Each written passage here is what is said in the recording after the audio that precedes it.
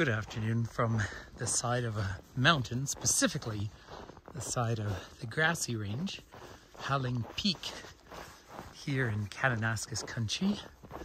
I have just been on top doing a live virtual tour, and I think I'll save the top for those sort of things because when I'm overlooking the town of Canmore in the Bow Valley, I get reception. But I think of this as almost a little moment, a day in a life. I'm neither at the top of the mountain and I'm a long way from the bottom yet. So I'm just coming down the trail. This is really our first big snowfall of the year, late October. In fact, it's Halloween tomorrow. And they've asked us not to put out pumpkins this year because of animals being attracted to them. But it's suddenly that I'm out of the wind from the top of the mountain. It's distinctly warmer. I have cleats on but no poles, so I said I have to run in a few places, more control than simply walking. But after a winter storm warning for a couple of days and a nice snowfall, now we are just shrouded in this lovely new snow and the piercing blue sky, which Alberta is famous for.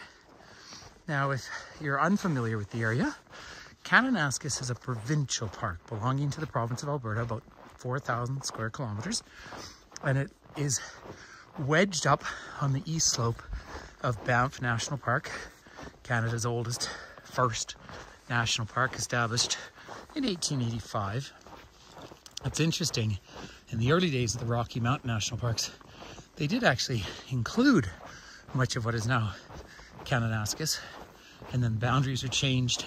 But this land was set aside on the back of Alberta's incredible oil wealth.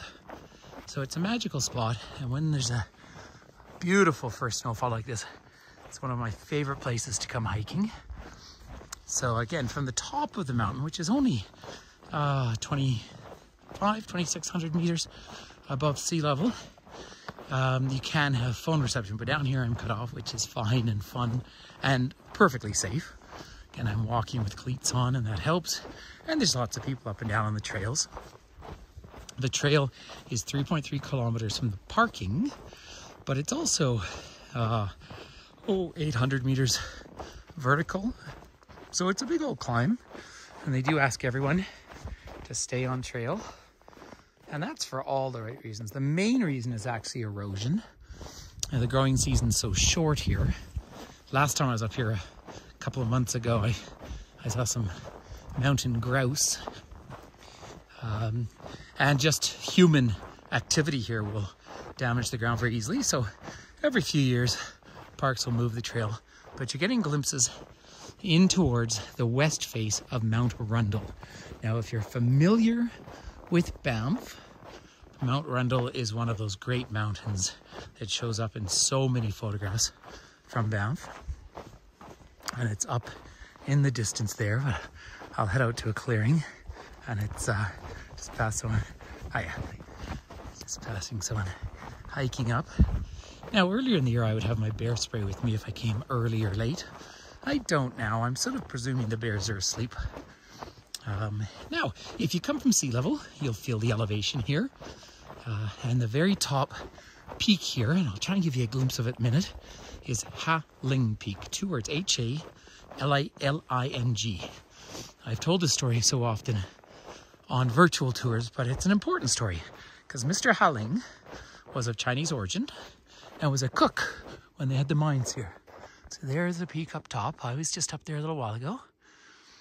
And he made a bet in camp when the tiny nascent community of Canmore, and he made a bet that he could make it to the top and down in a day. Well, he did it.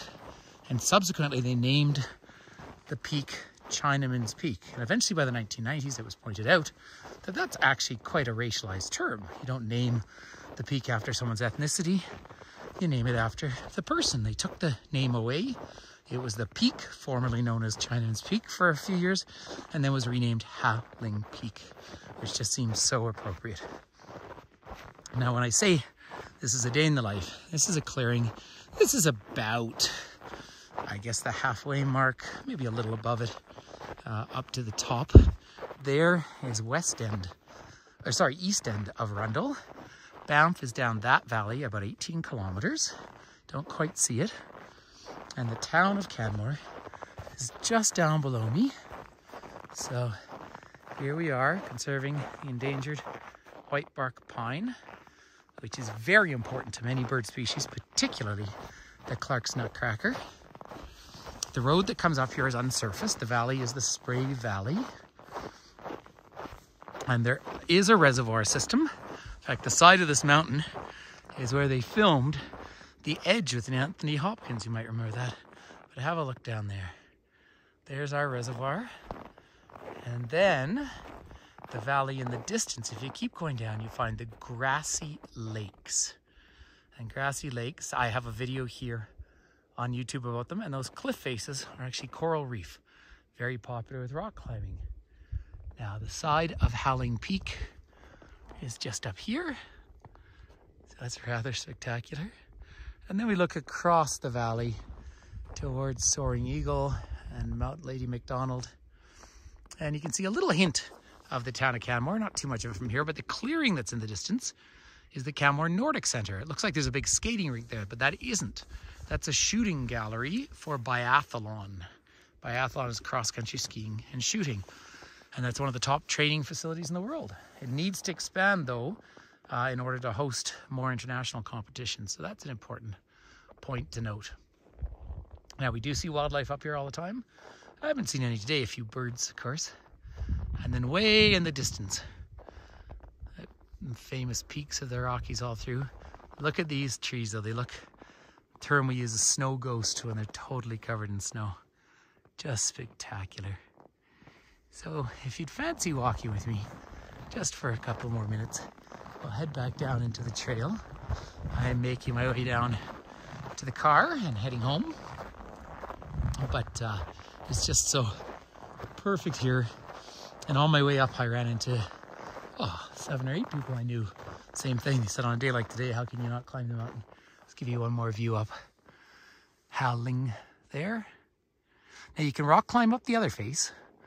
That's quite serious rock climbing. 7 hours or so to make it up there. But this is winter in the Rockies, so October, here we are in snow. Although it is going to warm up this week, so we'll see what happens. And then we'll be skiing, well, as early as next week. And then we can ski right through into May. So it's a long winter, but the blue skies make a huge difference. And of course, it's so bone dry. And I'm actually taking my gloves off now because I was freezing cold up top. But as soon as I got down into the trees and out of the wind, really we're probably floating around -1, -2 Celsius here. Up top was maybe -6, but the wind chill was more like -15. And so that makes a big difference. Just give you one more little peek down the valley here, and then I'll pack up the gimbal and start to jog my way down as the path becomes a little more forgiving down through here. This is just a little bit of what it feels like. From a technical point of view, to come and hike here, you can come from Kananaskis Highway 40 through Peter Lougheed Provincial Park and up to here on the Spray Lakes Road, or the easier way is to come from Canmore and drive up, and there's parking just down in the valley there in the distance. It's a well-marked trail, very popular, so it's safe. And even near the top, where the scree fields have been quite unstable, Alberta Parks has put in a series of steps, wooden steps, and so that's made a real difference, I think, for a lot of people. And but do remember, when you get above the tree line, the wind catches the top of the mountains, and then it very quickly drops. And also cleats on your feet are a good idea, not so much for going up, but coming down. So I'll just say a quick hello and thank you for this just fun little video here. So I suppose happy Halloween to everyone, and happy days from late autumn, early winter here in the beautiful Canadian Rockies, Kananaskis country. Please do keep in touch and make a point, if you can, of coming on a live virtual tour at some point. And for those who do come on the tours, Thank you so much for your friendship and support. All the very best, everyone.